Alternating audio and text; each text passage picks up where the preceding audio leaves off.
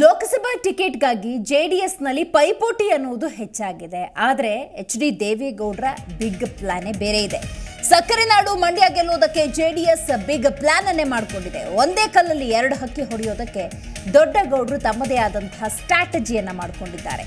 ಮಂಡ್ಯ ಕ್ಷೇತ್ರದಿಂದ ಎಚ್.ಡಿ. ಕುಮಾರಸ್ವಾಮಿ ಅವರನ್ನ ಅಖಾಡಕ್ಕಿಳಿಸೋದಕ್ಕೆ ದೊಡ್ಡಗೌಡರು ದೇವೇಗೌಡರು ನಿರ್ಧಾರವನ್ನ ತೆಗೆದುಕೊಂಡಿದ್ದಾರೆ ಅಂತ ಹೇಳಲಾಗ್ತಾ ಇದೆ. ಪೈಪೋಟಿ ಹೆಚ್ಚಾದ ಹಿನ್ನೆಲೆಯಲ್ಲಿ ಜೆಡಿಎಸ್ ವರಿಷ್ಠ ದೇವೇಗೌಡರು ಕೊಂಚ ಗೊಂದಲಕ್ಕೀಡಾಗಿದ್ದಾರೆ. ಮುಖಂಡರನ್ನ ಪಕ್ಷದಲ್ಲಿ ಹಿಡಿದಿಟ್ಟುಕೊಳ್ಳೋದಕ್ಕೆ ಎಚ್.ಡಿ. ಕುಮಾರಸ್ವಾಮಿಗೆ ಮಂಡ್ಯದ ಟಿಕೆಟ್ ಅಂತ ಹೇಳಲಾಗ್ತಾ ಇದೆ. ಮತ್ತೊಂದು ಕಡೆ ಸುಮಲತಾ ಅವರನ್ನ ಹಣಿಯೋದಕ್ಕೆ ಎಚ್.ಡಿ. ಕುಮಾರಸ್ವಾಮಿ ಅನ್ನುವಂತಹ ಬಾಳ ಪ್ರಯೋಗದ ಸಾಧ್ಯತೆ ಇದೆ ಅಂತ ಹೇಳಲಾಗ್ತಾ ಇದೆ. ಜೊತೆಗೆ ಮಂಡ್ಯದಲ್ಲಿ ಜೆಡಿಎಸ್ಗೆ ಉತ್ತಮ ನೆಲೆ ಇರುವ ಕಾರಣ ಎಚ್.ಡಿ. ಕುಮಾರಸ್ವಾಮಿ ಗೆಲುವು ನಿರಾಯಾಸ ಅನ್ನುವಂಥ ಚಿಂತನೆ ಕೂಡ ಇದೆ. ದೊಡ್ಡಗೌಡರ ಈ ಮಾಸ್ಟರ್ ಪ್ಲಾನ್ಗೆ ಕಾಂಗ್ರೆಸ್ ಕೊಂಚ ಕಂಗಾಲಾದ ಹಾಗೆ ಕಾಣ್ತಾ ಇದೆ. ನೋಡಿ, ಇಂಡಿಯಾ ಚುನಾವಣೆಯೇ ಬೇರೆ, ಮಂಡ್ಯ ಚುನಾವಣೆಯೇ ಬೇರೆ ಅಂಥೇಳಿ ಮಂಡ್ಯದ ಜನ ಆಗಾಗ ಹೇಳ್ಕೊಳ್ತಾ ಇರ್ತಾರೆ. ಒಂದು ರೀತಿ ಜಿದ್ದಾಜಿದ್ದಿನ ಕಣ. ಬಹಳ ವಿಶೇಷವಾಗಿ ಚುನಾವಣಾ ಸಂದರ್ಭದಲ್ಲಿ ಮಂಡ್ಯದ ಕುರಿತಂತೆ ಗಮನ ಹಾಕುವಂಥ ಅಖಾಡ ಮಂಡ್ಯ ಚುನಾವಣೆಯಲ್ಲಿ ಸಹಜವಾಗಿ ಇದ್ದೇ ಇರುತ್ತೆ. ನೋಡಿ, ಈ ಸಲ ಕೂಡ ಚುನಾವಣಾ ಪೂರ್ವದಲ್ಲಿ ಇನ್ನೂ ಟಿಕೆಟೇ ಹಂಚಿಕೆ ಅಲ್ಲ, ಟಿಕೆಟ್ ಕುರಿತಂತೆ ಚರ್ಚೆಯೇ ಆಗಿಲ್ಲ. ಅಷ್ಟರದಲ್ಲೇ ಮಂಡ್ಯ ಚುನಾವಣಾ ಕಣ ಹಂತ ಹಂತವಾಗಿ ರಂಗೇರ್ತಾ ಇರುವುದನ್ನು ನಾವಿಲ್ಲಿ ಗಮನಿಸಬಹುದು. ಲೋಕಸಭಾ ಟಿಕೆಟ್ಗಾಗಿ ಜೆಡಿಎಸ್ನಲ್ಲಿ ಪೈಪೋಟಿ ಅನ್ನೋದು ಈ ದಿನಗಳಲ್ಲಿ ಹೆಚ್ಚಾದ ಕಾರಣ ಮತ್ತು ಜೆಡಿಎಸ್ ಬಿಜೆಪಿ ಅಂದಾಗ ಮೈತ್ರಿಯ ಜೊತೆ ಹೆಜ್ಜೆ ನೀಡುವಾಗ ಮಂಡ್ಯ ಕ್ಷೇತ್ರ ಅಂದಾಗ ಯಾರಿಗೆ ಅನ್ನೋದು ಸಹಜ ಕುತೂಹಲ. ಹಾಗಾಗಿ ಒಂದೇ ಕಲ್ಲಲ್ಲಿ ಎರಡು ಹಕ್ಕಿ ಹೊಡೆಯೋದಕ್ಕೆ ದೇವೇಗೌಡರು ಎಲ್ಲ ರೀತಿಯ ಸಿದ್ಧತೆಯನ್ನು ನಡೆಸಿದ್ದಾರೆ ಅಂತ. ಸಕ್ಕರೆ ನಾಡು ಮಂಡ್ಯ ಗೆಲ್ಲೋದಕ್ಕೆ ಜೆಡಿಎಸ್ ತನ್ನದೇ ಆದಂತಹ ಸ್ಟ್ರಾಟಜಿಗಳನ್ನು ತಂತ್ರಗಳನ್ನು ರೂಪಿಸ್ತಾ ಇದೆ. ಮಂಡ್ಯ ಕ್ಷೇತ್ರದಿಂದ ಎಚ್.ಡಿ. ಕುಮಾರಸ್ವಾಮಿ ಅವರು ಅಖಾಡಕ್ಕಿಳಿದ್ರೆ ಗೆಲುವು ಅನ್ನೋದು ನಿರಾಯಾಸವಾಗುತ್ತೆ. ಯಾವುದೇ ರೀತಿಯ ಹೆಚ್ಚಿನ ಶ್ರಮವನ್ನು ಹಾಕುವಂಥ ಅಗತ್ಯ ಇಲ್ಲ ಅನ್ನುವಂಥ ಒಂದು ಪ್ಲ್ಯಾನ್ ಕೂಡ ಇದೆ. ಆದರೆ ಕೆಲವೊಂದು ಮುಖಂಡರು ಟಿಕೆಟ್ ಆಕಾಂಕ್ಷಿಗಳಾಗಿದ್ದಾರೆ. ಹಾಗಾಗಿ ಆ ಮುಖಂಡರನ್ನು ಸೆಳೆಯುವ ನಿಟ್ಟಿನಲ್ಲಿ ಯಾವ ರೀತಿಯ ಪ್ಲ್ಯಾನ್ಗಳು, ಎಲ್ಲೆಲ್ಲಿ ಟಿಕೆಟ್, ಈ ಬಗ್ಗೆ ಒಂದಷ್ಟು ಕುತೂಹಲ ಖಂಡಿತವಾಗ್ಲೂ ಇದ್ದೇ ಇರುತ್ತೆ. ವಿಶೇಷವಾಗಿ ಮಂಡ್ಯ ಕ್ಷೇತ್ರ ಅಂದ ಸಂದರ್ಭದಲ್ಲಿ ಅಲ್ಲಿ ಎಚ್.ಡಿ. ಕುಮಾರಸ್ವಾಮಿಯವರೇ ಕಣಕ್ಕಿಳಿದ್ರೆ ಉತ್ತಮ ಅನ್ನುವಂಥ ನಿಲುವಿಗೆ ಜೆಡಿಎಸ್ ಬಂದ ಹಾಗೆ ಕಾಣ್ತಾ ಇದೆ.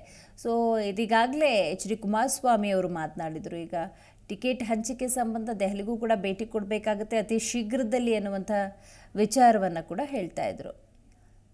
ಈ ಕುರಿತಂತೆ ಹೆಚ್ಚಿನ ಮಾಹಿತಿಯನ್ನು ನಮ್ಮ ಪ್ರತಿನಿಧಿ ರಾಘವೇಂದ್ರ ನೀಡ್ತಾರೆ. ರಾಘವೇಂದ್ರ, ಲೋಕಸಭಾ ಟಿಕೆಟ್ ಅಂದಾಗ ಜೆಡಿಎಸ್ನಲ್ಲಿ ಕೊಂಚ ಪೈಪೋಟಿ ಕಂಡು ಬರ್ತಾ ಇದೆ. ಬಟ್ ಮಂಡ್ಯದಿಂದ ಬಹುತೇಕ ಎಚ್.ಡಿ. ಕುಮಾರಸ್ವಾಮಿ ಸ್ಪರ್ಧೆಯ ಖಚಿತ ಅನ್ನಲಾಗ್ತಾ ಇದೆಯಲ್ಲ, ಏನು ದೇವೇಗೌಡರ ಪ್ಲಾನ್, ಸದ್ಯಕ್ಕೆ ಏನು ರಿಪೋರ್ಟ್ ಸಿಗ್ತಾ ಇದೆ ರಾಘವೇಂದ್ರ?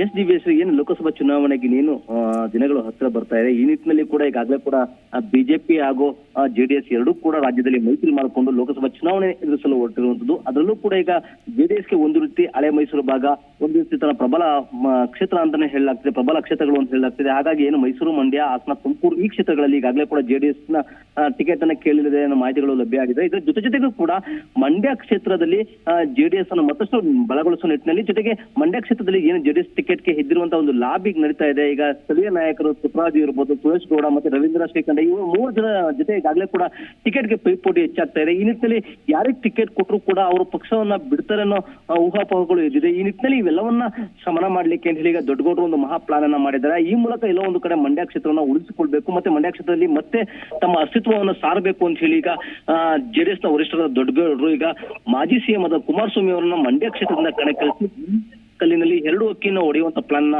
ಮಾಡಿದ್ದಾರೆ ಅನ್ನೋ ಮಾತುಗಳು ಕೂಡ ಈಗ ರಾಜಕೀಯ ವಲಯದಲ್ಲಿ ಕೇಳಿ ಬರ್ತಾ ಇದೆ. ಅದರಲ್ಲೂ ಕೂಡ ಕುಮಾರಸ್ವಾಮಿ ಅವರ ಮೂಲಕ ಒಂದು ಕಡೆ ಸ್ಥಳೀಯ ನಾಯಕರನ್ನ ಹಿಡಿದಿಟ್ಕೊಳ್ಳೋದು, ಮತ್ತೊಂದು ಕಡೆ ಈಗ ಸದ್ಯಕ್ಕೆ ಸಂಸದೆ ಆಗಿರುವಂತಹ ಸುಮಲತಾ ಅವರಿಗೆ ಮುಖಭಂಗ ಮಾಡ್ಲಿಕ್ಕೆ, ಅಂದ್ರೆ ಮಂಡ್ಯ ಕ್ಷೇತ್ರದಿಂದ ಟಿಕೆಟ್ ಅನ್ನ ತಪ್ಪಿಸ್ಲಿಕ್ಕೆ ಈಗ ಕುಮಾರಸ್ವಾಮಿ ಅವರನ್ನ ಈ ಒಂದು ಮಂಡ್ಯ ಕ್ಷೇತ್ರ ಮಾಡ್ಲಿಕ್ಕೆ ಅಂತ ಈಗ ವರಿಷ್ಠರಿಗೆ ಏನು ಬಿಜೆಪಿ ನಾಯಕರಿಗೆ ಮನವಿಯನ್ನು ಮಾಡಿದ್ರೆ. ಹಾಗಾಗಿ ಕೂಡ ಬಹುತೇಕ ಮಂಡ್ಯದಲ್ಲಿ ಬಹುತೇಕ ಜೆಡಿಎಸ್ಗೆ ಪ್ರಾಬಲ್ಯ ಇರೋ ಕಾರಣಕ್ಕಾಗಿ ಜೆಡಿಎಸ್ಗೆ ಟಿಕೆಟ್ ಅನ್ನ ಕೊಡುವಂತ ಸಾಧ್ಯತೆಗಳು ಹೆಚ್ಚಿದೆ. ಈ ನಿಟ್ಟಿನಲ್ಲಿ ಕುಮಾರಸ್ವಾಮಿ ಅವರು ಮಂಡ್ಯದಿಂದ ಸ್ಪರ್ಧೆ ಮಾಡ್ತಾರೆ ಅನ್ನೋ ಮಾತುಗಳು ಕೂಡ ಕೇಳಿ ಬರ್ತಿರುವಂತದ್ದು. ಕುಮಾರಸ್ವಾಮಿ ಈ ಒಂದು ಮಂಡ್ಯ ಕ್ಷೇತ್ರದಲ್ಲಿ ಸ್ಪರ್ಧೆ ಮಾಡದೇ ಆದ್ರೆ ಜೆಡಿಎಸ್ಗೆ ಗೆಲುವು ಕಟ್ಟಿಟ್ಟ ಬುತ್ತಿ ಅಂತ ಹೇಳಲಾಗ್ತಿರುವಂತದ್ದು. ಹಾಗಾಗಿನೇ ಕೂಡ ಕುಮಾರಸ್ವಾಮಿಯನ್ನ ಈ ಕ್ಷೇತ್ರದಿಂದ ಕಣಕ್ಕಿಳಿಸಿ ಮಂಡ್ಯ ಅಂದ್ರೆ ಅವರನ್ನ ಮಂತ್ರಿ ಮಾಡ್ಲಿಕ್ಕೂ ಮತ್ತೆ ಸ್ಥಳೀಯವಾಗಿ ಏನು ಬಿಜೆಪಿ ಜೊತೆಗೆ ಹೊಂದ್ಕೊಳ್ಳೋದು ಮತ್ತೆ ಜೆಡಿಎಸ್ ನಾಯಕರಿದ್ದಾರೆ ಅವ್ರನ್ನೆಲ್ಲ ಹಿಡಿದಿಟ್ಕೊಳ್ಳೋದಕ್ಕೆ ಈಗ ಒಂದು ಮಹಾ ಪ್ಲಾನ್ ಅನ್ನ ಮಾಡಿದ್ದಾರೆ. ಇದಕ್ಕೂ ಕೂಡ ಏನೀಗ ದೊಡ್ಡಗೌಡರು ಮಾಡುವಂತ ಈ ಒಂದು ಮಹಾ ಪ್ಲಾನ್ ಇಂದಾಗಿ ಒಂದು ಕಡೆ ಕಾಂಗ್ರೆಸ್ ಕಂಗಾಲಾಗಿದೆ. ಯಾಕೆಂದ್ರೆ ಮಂಡ್ಯ ಕ್ಷೇತ್ರದಲ್ಲಿ ಈಗ ಸದ್ಯಕ್ಕೆ ಕೈ ಪ್ರಾಬಲ್ಯ ಇರುವಂತದ್ದು 6 ಕ್ಷೇತ್ರಗಳಲ್ಲಿ ಕಾಂಗ್ರೆಸ್ನ ಅಭ್ಯರ್ಥಿ ಇದೆ. ಜೊತೆಗೆ ಮತ್ತೊಂದು ಕ್ಷೇತ್ರ KR ನಗರದಲ್ಲೂ ಕೂಡ ಕಾಂಗ್ರೆಸ್ನ ಅಭ್ಯರ್ಥಿ ಇದ್ದಾರೆ. ಒಟ್ಟಾರೆಯಾಗಿ 7 ಕ್ಷೇತ್ರಗಳು ಕೂಡ ಮಂಡ್ಯದಲ್ಲಿ ಕಾಂಗ್ರೆಸ್ನ ಶಾಸಕರಿದ್ದಾರೆ. ಹಾಗಾಗಿ ಎಲ್ಲ ಒಂದು ಕಡೆ ಈಗ ಕಾಂಗ್ರೆಸ್ ಚಿಂತೆಗೀಡಾಗಿದೆ. ಯಾಕೆಂದ್ರೆ ಕುಮಾರಸ್ವಾಮಿ ಅವರನ್ನ ಕಣಕ್ಕಿಳಿಸಿದವರು ಅವರ ವಿರುದ್ಧ ಯಾರನ್ನ ಇಳಿಸಬೇಕು ಅಂತ ಹೇಳಿ ಈಗ ಕೈ ನಾಯಕರು ಕಂಗಾಲಾಗಿದ್ದಾರೆ.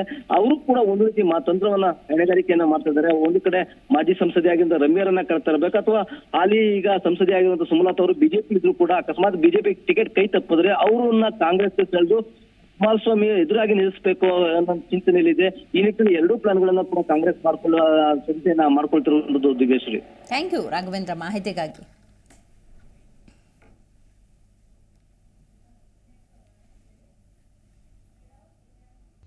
ಪ್ರತಿಕ್ಷಣದ ಸುದ್ದಿಗಾಗಿ Zee Kannada news app download ಮಾಡಿ.